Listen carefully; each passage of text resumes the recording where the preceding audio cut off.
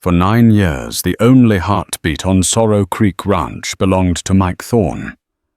9 years since the fire took everything, leaving him with nothing but the Montana wind for company and ghosts for neighbors. He was a man hollowed out by grief, anchored to a past he couldn't escape. He expected to die that way, alone with his memories under the vast, uncaring sky. He never expected the storm, and he certainly never expected the storm to wash up a half-drowned boy on his porch, a boy who carried a secret that would drag Mike's buried past, kicking and screaming into the light. The year was 1888. Mike Thorne hadn't spoken more than a dozen words to another soul in nearly a decade.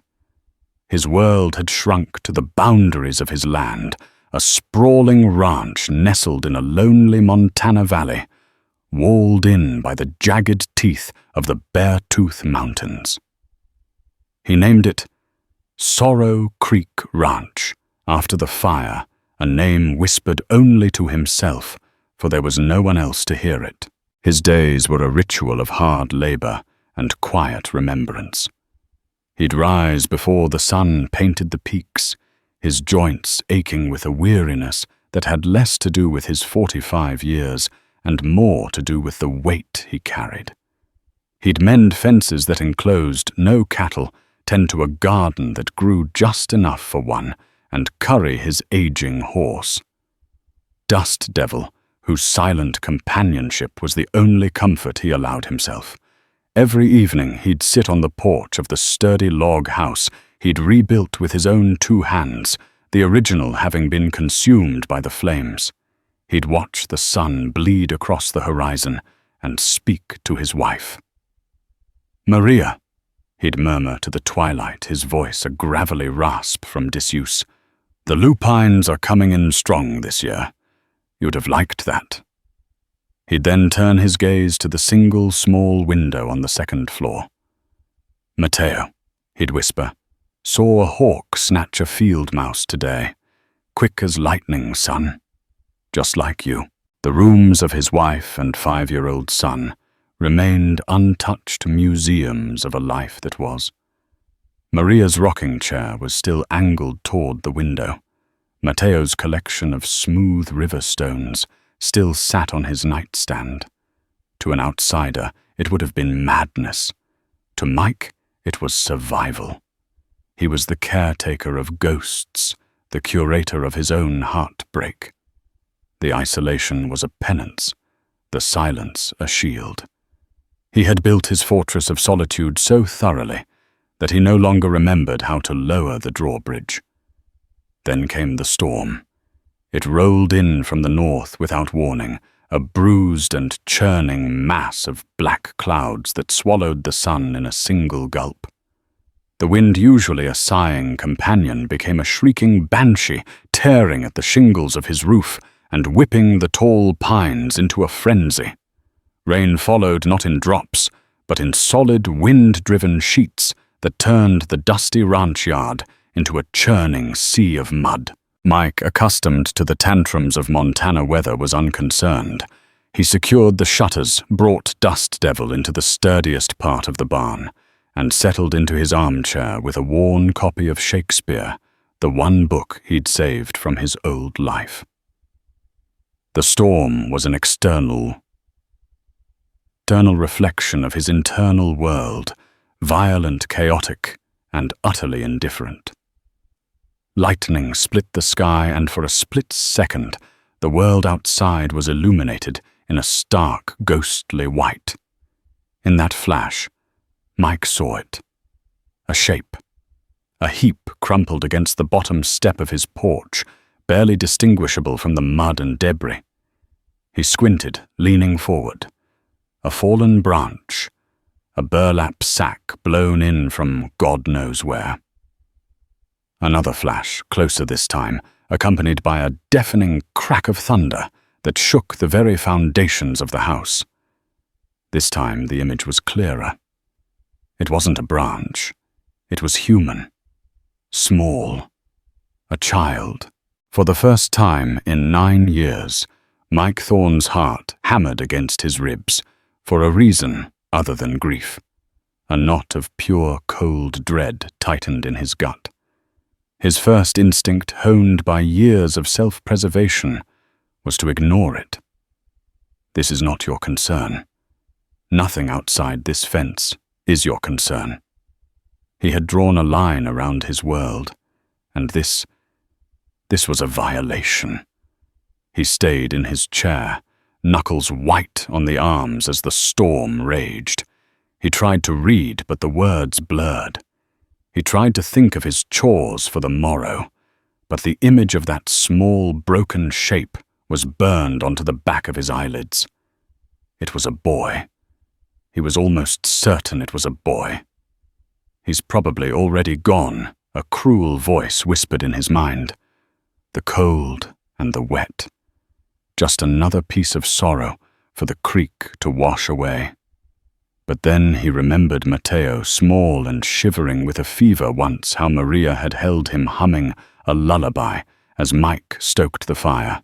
The memory was an agony, a sharp physical pain that lanced through his carefully constructed numbness. With a groan that was part fury, part despair, Mike shot to his feet. He grabbed the heavy oilskin coat hanging by the door, lit a lantern whose light seemed feeble against the roaring dark, and unbolted the door. The wind tore the door from his grip, slamming it against the inside wall. Rain blasted his face cold as needles. He shielded the lantern and stepped out onto the porch, the floorboards slick and treacherous beneath his boots. He held the light aloft, its flickering yellow glow cutting a small circle in the maelstrom. There at the bottom of the steps lay a boy. He couldn't have been more than 10 or 11, with a shock of dark hair plastered to his skull and face pale as marble in the lantern light. He was wearing clothes that were little more than rags, soaked through and caked with mud. One small bare foot stuck out at an unnatural angle. He was terrifyingly still. Mike descended the steps, the mud sucking at his boots. He knelt his bad knee, protesting. He reached out a hesitant, trembling hand and pressed 2 fingers against the boy's neck. For a heart-stopping second, there was nothing. Then he felt it. A pulse. Faint, thready, but there. Thump, thump. Thump, thump. It was another heartbeat on Sorrow Creek Ranch. The shield of Mike's solitude, 9 years in the making, shattered into 1,000,000 pieces. He looked at the unconscious child, a piece of flotsam delivered by the storm, and saw not a stranger, but a responsibility he never wanted. He saw a complication that threatened to unravel the tightly wound spool of his grief. He gathered the boy into his arms. The child was lighter than a sack of feed, a bundle of cold limbs and wet cloth. As he lifted him, a small, waterlogged leather satchel slung across the boy's chest slipped and dangled from its strap. Mike ignored it. He carried him up the steps and into the house, kicking the door shut against the howling gale. He laid the boy down on the rag rug in front of the hearth, the cold, wet fabric staining the floor. For a long moment, Mike just stood there, dripping, staring down at the intruder. The fortress had been breached. The ghost of Sorrow Creek Ranch was no longer alone. The house, once a silent tomb, was now filled with the alien sounds of another's presence. The boy's shallow, ragged breaths, the soft squelch of his wet clothes on the floor. Mike moved as if in a trance, his actions dictated by a muscle memory he thought long dead. First the cold. He stoked the fire, adding logs until it roared to life, casting dancing shadows on the walls. The warmth felt foreign, more intense than his usual embers, meant only to ward off the deepest chill. He stripped the boy of his sodden rags with a clinical detachment, averting his eyes from the thin chest and the constellation of bruises darkening the child's skin. He found a thick wool blanket, one of Maria's, from a chest he hadn't opened, in years. The scent of dried lavender and cedar rose from its folds, a fragrant ghost that caught in his throat. He wrapped the boy in the blanket and gently propped his head on a pillow. The boy's face was gaunt, his eyelids a translucent blue. A fever was already setting in. His skin was clammy to the touch, yet a dry heat radiated from him. Mike was a rancher, not a doctor, but he knew the signs of exposure and exhaustion. He boiled water, crushing wild willow bark into it, an old remedy for fever his own father had taught him. As he worked, his hands moved with a purpose that felt both strange and familiar. He was caring for someone. The thought was so profound, so earth-shattering that he had to stop and lean against the counter, his breath catching. He gently lifted the boy's head, trying to get him to drink the bitter tea. The boy stirred, moaning softly, his lips parting just enough for Mike to spoon a little of the liquid in. Most of it dribbled down his chin. Beside the boy, the small leather satchel lay in a puddle. Curiosity and emotion Mike had suppressed for years gnawed at him. It was a trespass, but the boy had trespassed first. His hands, rough and calloused, fumbled with the stiff, wet buckle. Inside, wrapped in a piece of oilcloth, was a small leather-bound journal and a single tarnished silver locket. He opened the locket first. On one side was a miniature portrait of a woman with kind eyes and dark hair, not unlike the boy's. On the other, a man with a square jaw and a serious expression. The boy's parents, surely. He snapped it shut, feeling like a ghoul. The journal was another matter. Its pages were warped and smeared with ink, but much of the elegant feminine script was still legible. He knew he shouldn't. It was a violation of the deepest sort. But the boy was a mystery, dropped on his doorstep. A mystery that might bring danger. He had a right to know what kind of trouble had washed up with the storm. He opened it to a random page. October 12th, 1888. Bart grows more impatient by the day. His eyes have that hungry look again, the one I saw before Daniel disappeared. He asks about the map constantly. I tell him Daniel took it with him, that I know nothing. But he doesn't believe me. He watches Finn. He sees the way Finn treasures the satchel his father gave him. He thinks it's in there. I fear he is right to think so, but I pray my son's innocence protects him from his uncle's greed. We must leave, tonight. Mike's blood ran cold. Uncle Map. This wasn't a simple case of a boy lost in a storm. He was a fugitive, and his pursuer was his own kin. He quickly thumbed through more pages. The entries were filled with fear and a growing desperation. The writer, a woman named Sarah, wrote of her husband, Daniel, who had gone on a prospecting trip months ago and never returned. She wrote of her brother-in-law, Bart, who had shown up soon after offering protection that felt more like imprisonment. The final entry was hurried, the script nearly illegible. October 21st. He knows. I saw him trying to pry the satchel from Finn while he slept. We are leaving now, under the cover of the storm. I have given Finn the locket and the journal. He knows the stories. He knows what his father told him. Head for the bare tooths, Daniel always said. Find the lonely valley. Find the man who was wronged. Mike slammed the journal shut. His heart was a cold, heavy stone in his chest. The man who was wronged. The words echoed in the silent room, mingling with the howl of the wind. A dark premonition snaked around him. This was more than trouble. This felt like fate, a cruel and twisted joke played by the universe. For 2 days the boy drifted in and out of consciousness. Mike forced broth and willow bark tea down his throat, cleaned his wounds and kept the fire roaring. He barely slept sitting in the armchair, watching the small form wrapped in the blanket.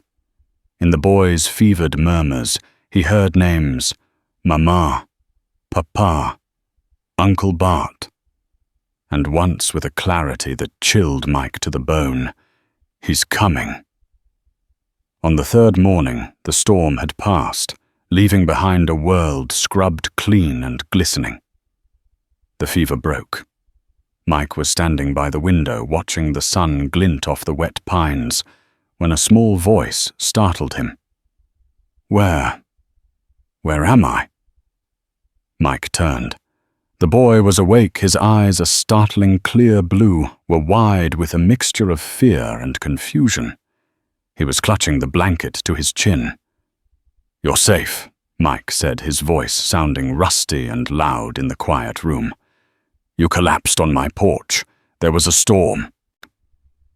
The boy's eyes darted around the room, taking in the rough-hewn walls.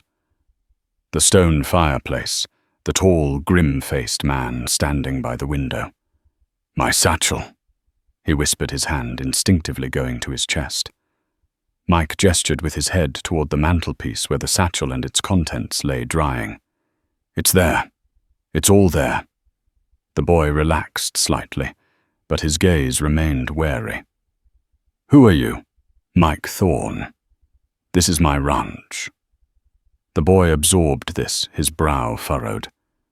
"My name is Finn." He offered no surname. Mike didn't press. "You were in a bad way, Finn," Mike said, walking over to the hearth. "You need to rest. You've been out for 2 days. Finn pushed himself up on his elbows, wincing. 2 days, no. I have to go. He'll find me." Mike asked, keeping his tone neutral, though he already knew the answer. My uncle."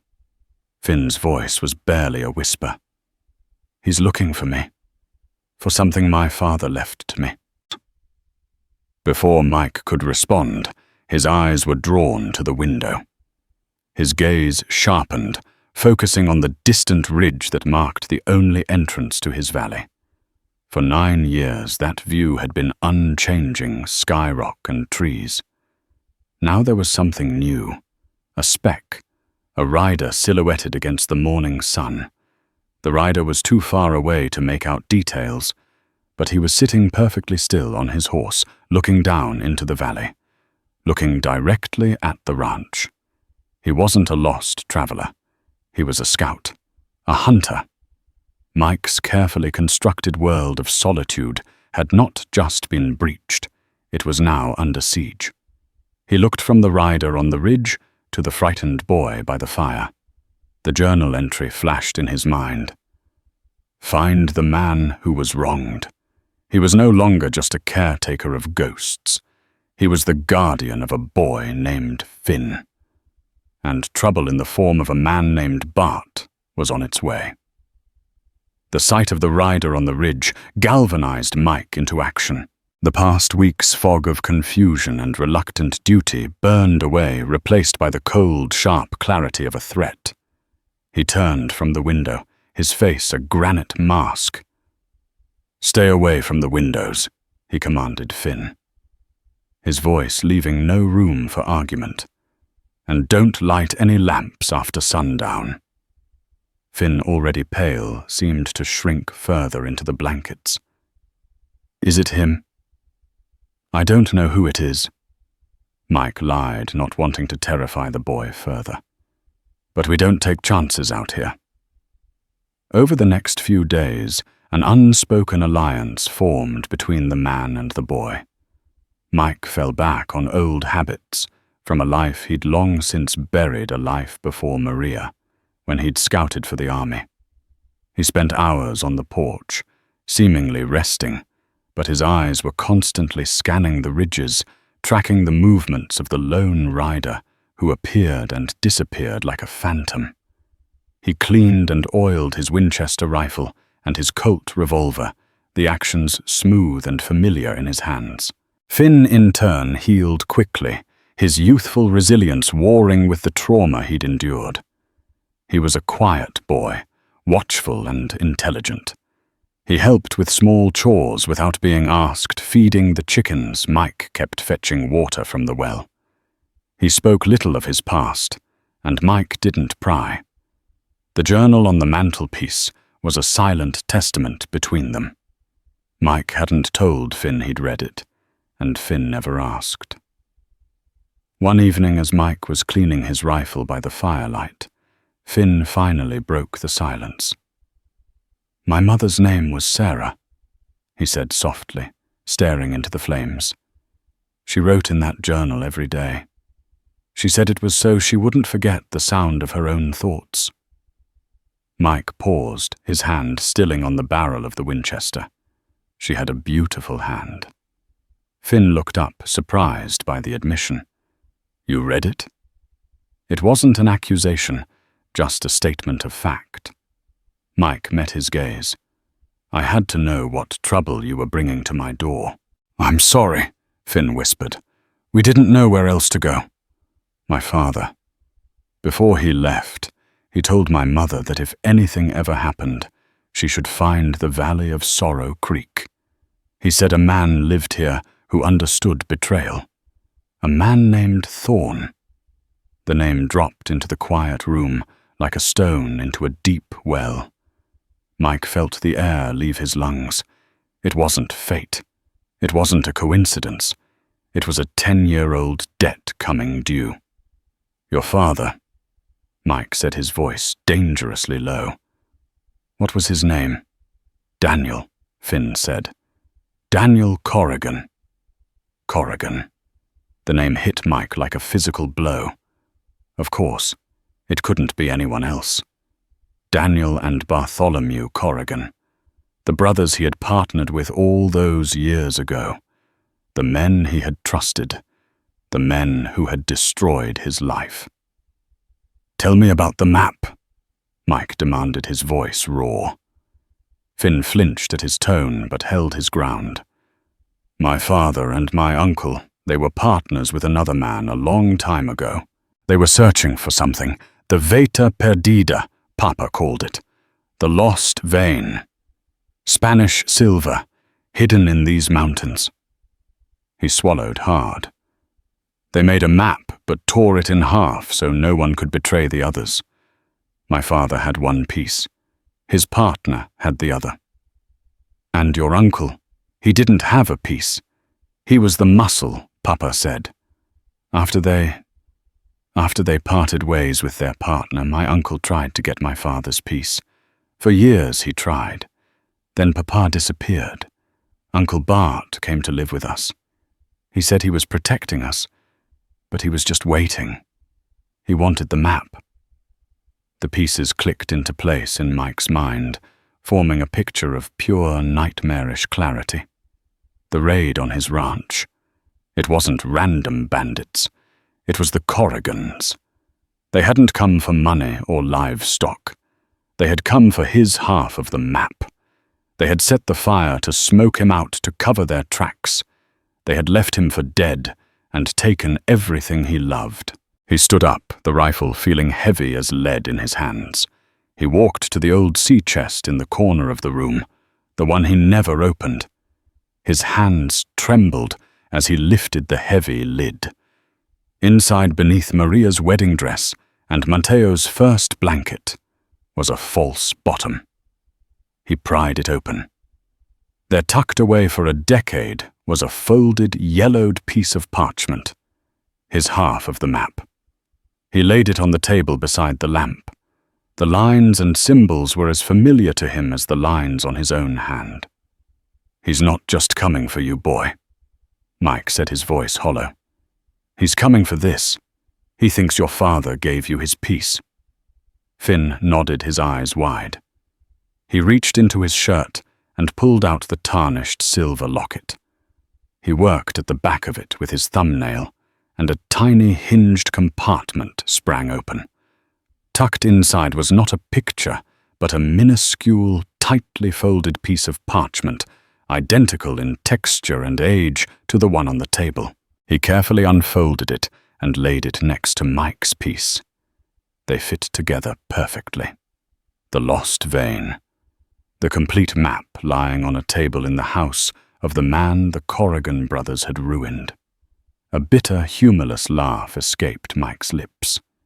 "Your father sent you to me," he said, shaking his head in disbelief. "Daniel Corrigan sent his son to the man he betrayed." "He didn't betray you," Finn said, his voice rising with a fierce loyalty that tore at Mike's heart.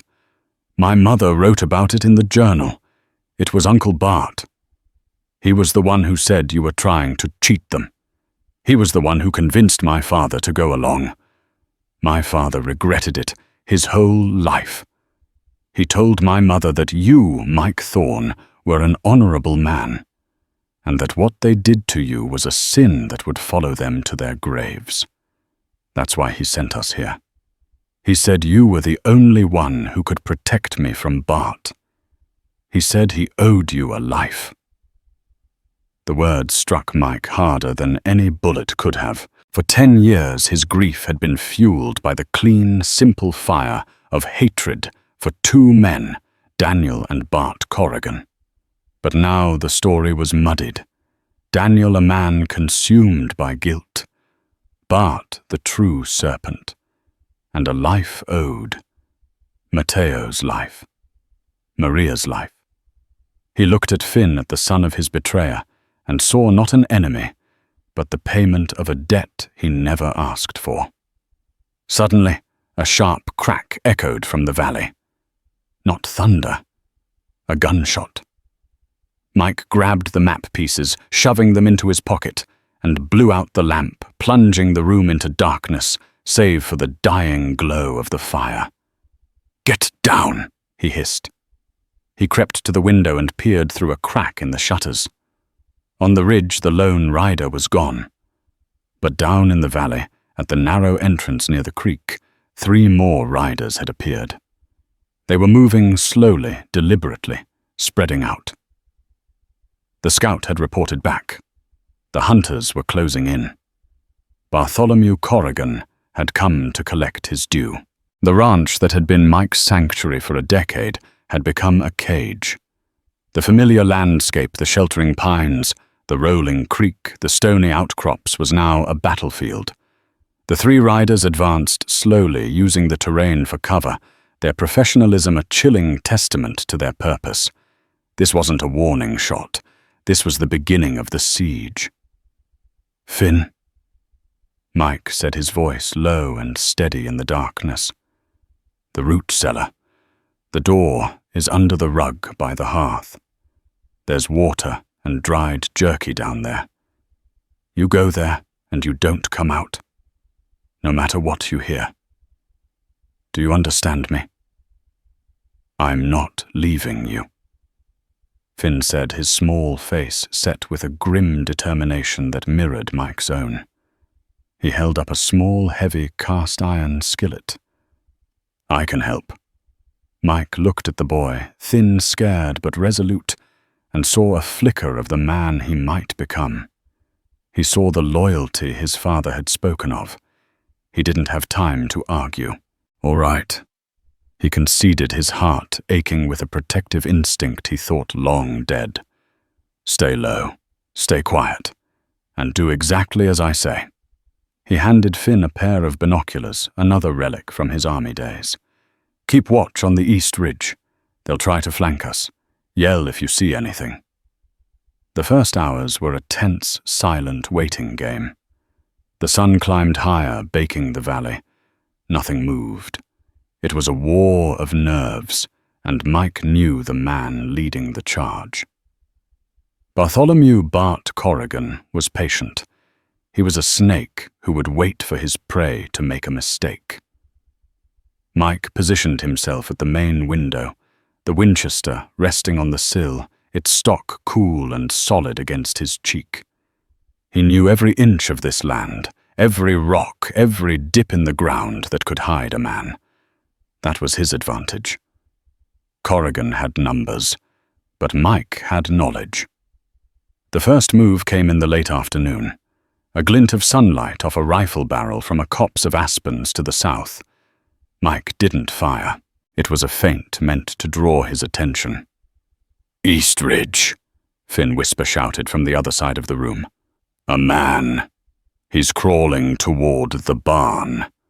Mike shifted his position, his movements fluid and economical. He saw him. A man in a dusty brown coat, belly crawling through the tall grass.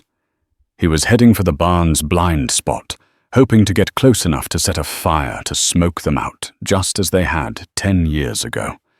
The irony was not lost on Mike.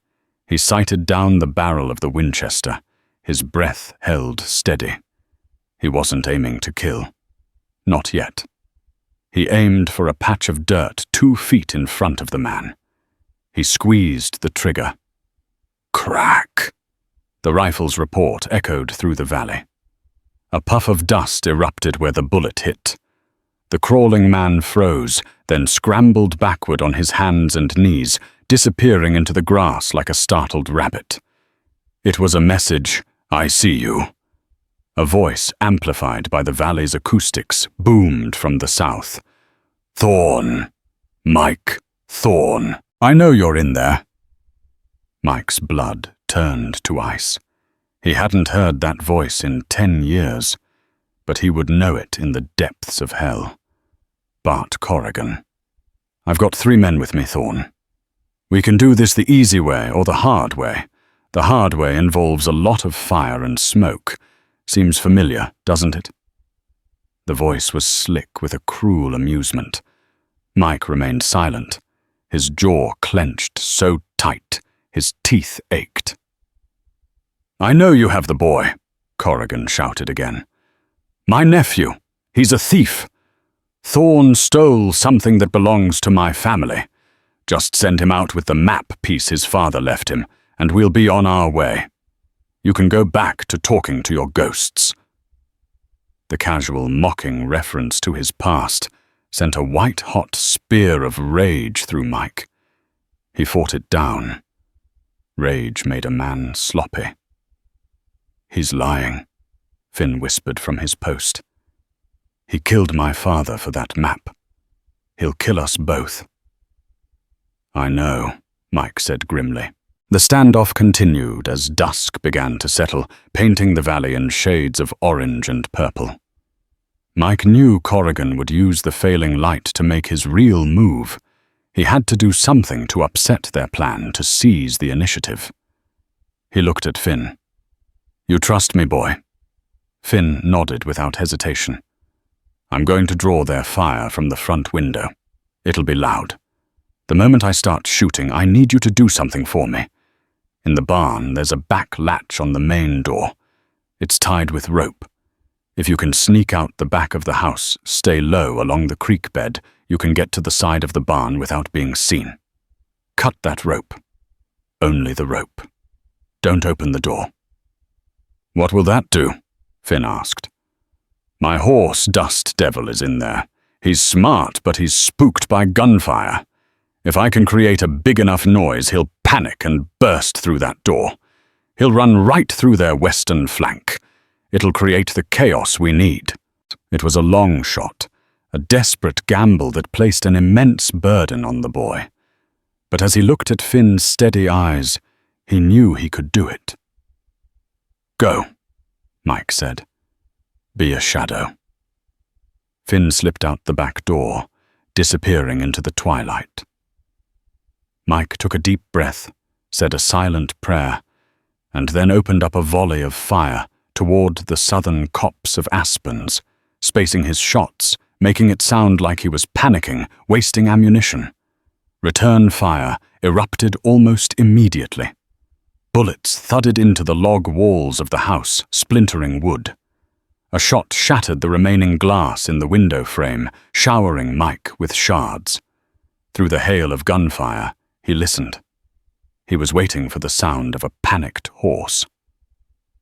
Then Corrigan's voice rang out again, laced with venomous triumph. "You always were stubborn, Thorne. Hiding in that house just like your wife did. Mike froze. "Did you ever wonder what really happened that night?" Corrigan taunted his voice, drawing closer. He was using the gunfire as cover to move. "I'll admit we came for the map, and yes, we started a fire to flush you out, but I didn't kill her Thorn, or the boy." Mike's world tilted on its axis. He couldn't breathe. "The barn went up too fast." Corrigan shouted his voice, now seeming to come from the direction of the woodpile, terrifyingly close. "She came running out of the house, screaming. She didn't run toward us. She ran for the hills, straight into the mountains with the boy in her arms. We looked for you in the house, couldn't find you. Figured you burned. By the time we looked for them, they were gone, swallowed by the wilderness." A lie. It had to be a lie. A cruel trick to break him. "Think about it, Thorn," Corrigan yelled. "Did you find bodies or just ashes? Maybe they starved. Maybe a wolf got to them, or maybe they found their way out. The point is, I didn't kill them. Your pride did. Your greed for that worthless silver. It was you who brought that curse on them. Not me." The words were poison. They bypassed the walls of the house and the fortress around his heart, sinking deep into the oldest, most painful wound he had. The possibility, however small, that Corrigan was telling the truth was a torment far worse than the certainty of their deaths. The idea of Mariah and Mateo alone and terrified in the unforgiving wilderness. A thunderous crash from the barn snapped him out of his horrified trance. A horse's terrified scream. Finn had done it. Dust Devil. A massive, panicked beast burst through the main barn doors and galloped blindly toward the west right, where one of Corrigan's men was positioned. Shouts of surprise and alarm cut through the air, followed by a curse and the sound of a man scrambling out of the way. The diversion. It was now or never. But Corrigan's final devastating revelation had changed everything. Mike's quest was no longer a simple, righteous path of vengeance. It was now a desperate, agonizing search for a truth he might not be able to bear. The chaos outside was the opening Mike needed. While Corrigan's men were distracted by the stampeding horse, Mike slipped out the back door, the Colt revolver feeling like an extension of his own arm. The cold night air was thick with the smell of gunpowder and pine. He moved with the silence of a predator, hugging the shadows along the creek bed, the very path he had sent Finn on moments before. He found the boy huddled behind a large boulder near the barn, his eyes wide in the moonlight. "You did good, Finn. Real good," Mike whispered, giving the boy's shoulder a firm squeeze. "Now get back in the cellar and stay there. This ends now." Finn nodded a silent trust passing between them and scurried back toward the house. Mike crept around the edge of the barn, using the cacophony to mask his approach. He could hear Corrigan shouting orders, trying to regain control. One man was chasing after the horse. Another was firing blindly at the house. And Corrigan was near the woodpile, just as Mike had suspected. Mike circled wide, coming up behind him. He saw Corrigan's silhouette against the faint light from the house, a stout, broad-shouldered man, reloading his pistol. The rage in Mike was a living thing, a roaring fire. But it was now complicated by the acid of doubt Corrigan had poured on his soul. She ran for the hills. "Looking for this Bart," Mike said, his voice quiet, but carrying in the sudden lull. Corrigan spun around his face, a mask of shock that quickly curdled into a snarl.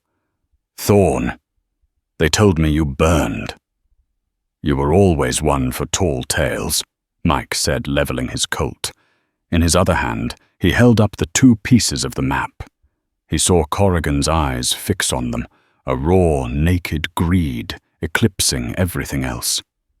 "Give me the map, Thorn!" Corrigan rasped, raising his own pistol. "Give it to me and I'll let you and the boy live. I'll even tell you which direction she ran." The temptation was excruciating. A direction, a shred of hope to cling to for the rest of his miserable life. But he looked into Bart Corrigan's eyes and saw no truth there, only a bottomless pit of avarice. This man wouldn't honor any deal. He was the source of the poison, the architect of all this pain. "What about Daniel?" Mike asked, his voice cold. "Did he run for the hills too?" A flicker of something annoyance, perhaps, crossed Corrigan's face. "My brother was weak. He was haunted by what we did to you. He wanted to confess, to give it all up. He had to be silenced, just like you do." With a roar, Corrigan fired. But Mike was ready. He dropped and rolled as the shot whistled past his ear, the muzzle flash momentarily blinding him. He came up on one knee and fired his own pistol. The shot was true. It caught Corrigan in the shoulder, spinning him around. His pistol clattered to the ground. Corrigan clutched his shoulder, his face contorted in pain and disbelief. "You? After all this?" His men, hearing the shots, were now running toward the sound. Mike knew he had only seconds, but he didn't shoot again. The rage was gone, replaced by a vast, hollow emptiness. Killing this pathetic, greedy man wouldn't bring Maria and Matteo back. It wouldn't answer the agonizing question that now burned in his soul.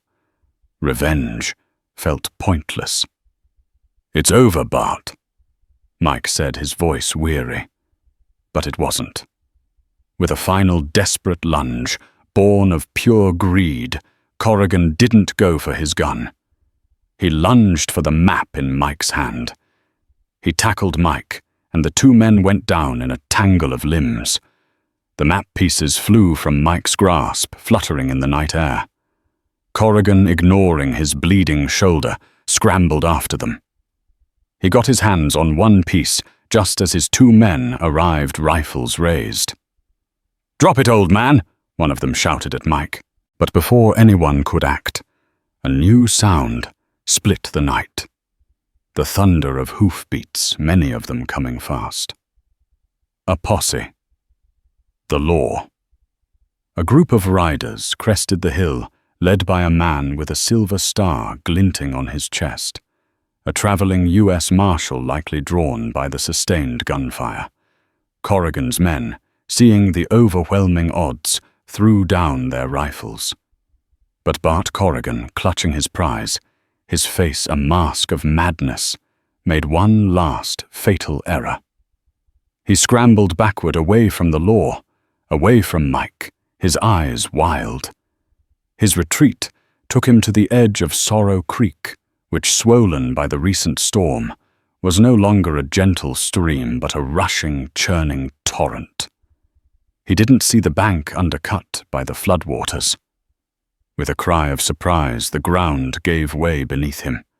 He flailed the map piece still clutched in his hand and tumbled into the black, raging water. The current seized him immediately, pulling him under.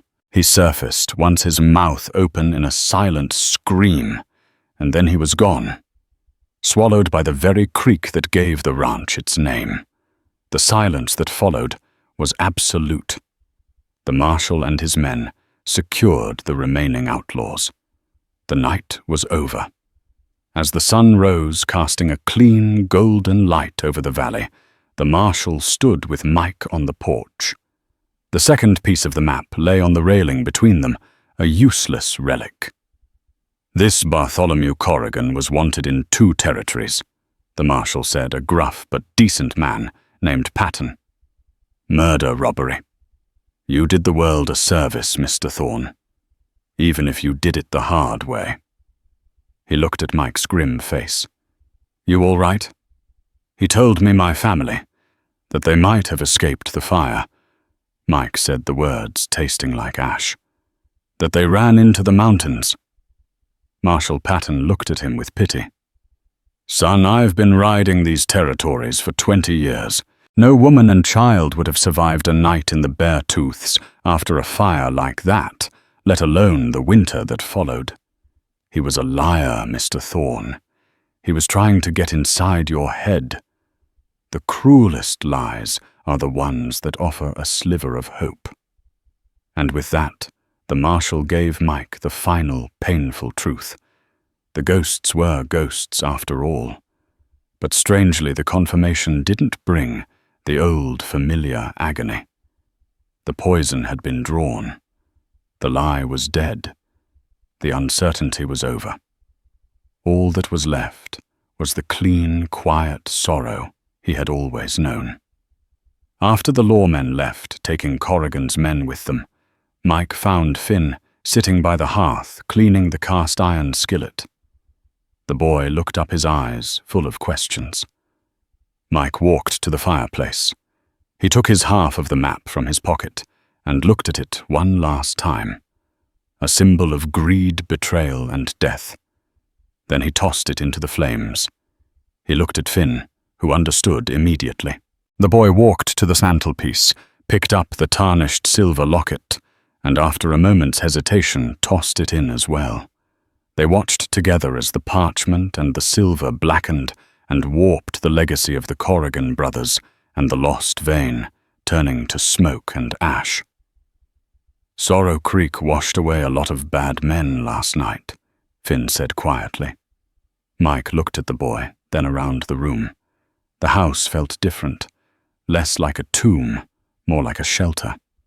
He was still a man defined by loss, but he was no longer just the curator of his grief. "The creek's just a creek, Finn." Mike said, his voice softer than the boy had ever heard it.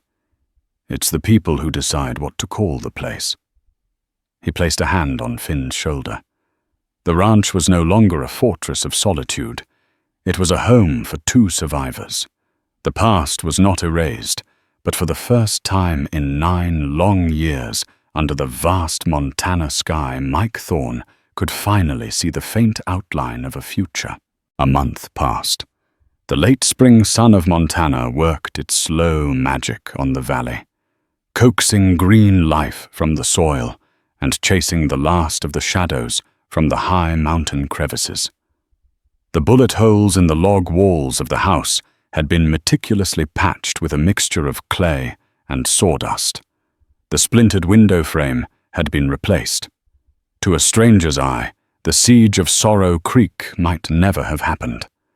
But inside the house, the change was profound. It was no longer silent. It was filled with the clatter of 2 sets of plates, the thud of Finn's boots on the floorboards, and the occasional awkward exchange that resembled conversation. They were 2 strangers, bound by trauma, learning the rhythm of a shared life. Mike taught Finn how to mend a fence properly, how to read the clouds for weather, and how to tell the track of a deer from that of an elk. Finn, in turn, taught Mike how to endure the quiet hours, his simple presence a balm on the 9-year-old wound of solitude.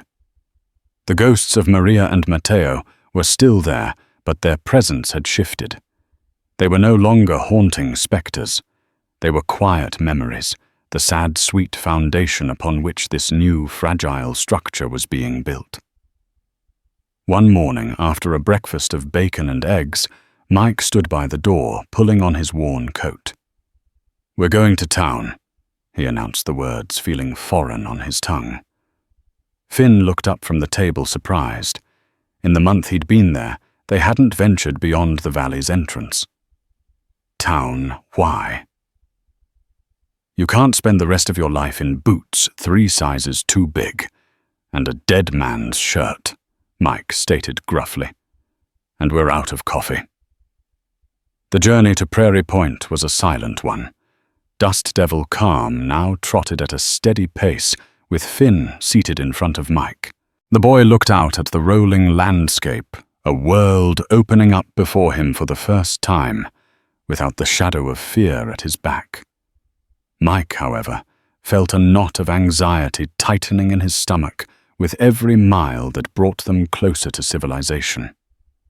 9 years. He had been a hermit, a ghost story whispered by the few who remembered him. Now he was returning to the world of the living. Prairie Point was a bustling, dusty hub of commerce and gossip. The main street was lined with false-fronted buildings, and the air was thick with the sounds of a blacksmith's hammer, the whinny of horses, and the chatter of people. Mike felt a dozen pairs of eyes on him as he dismounted a tall, grim figure with a boy in tow. He saw whispers pass between townsfolk who recognized him, their faces a mixture of shock and curiosity.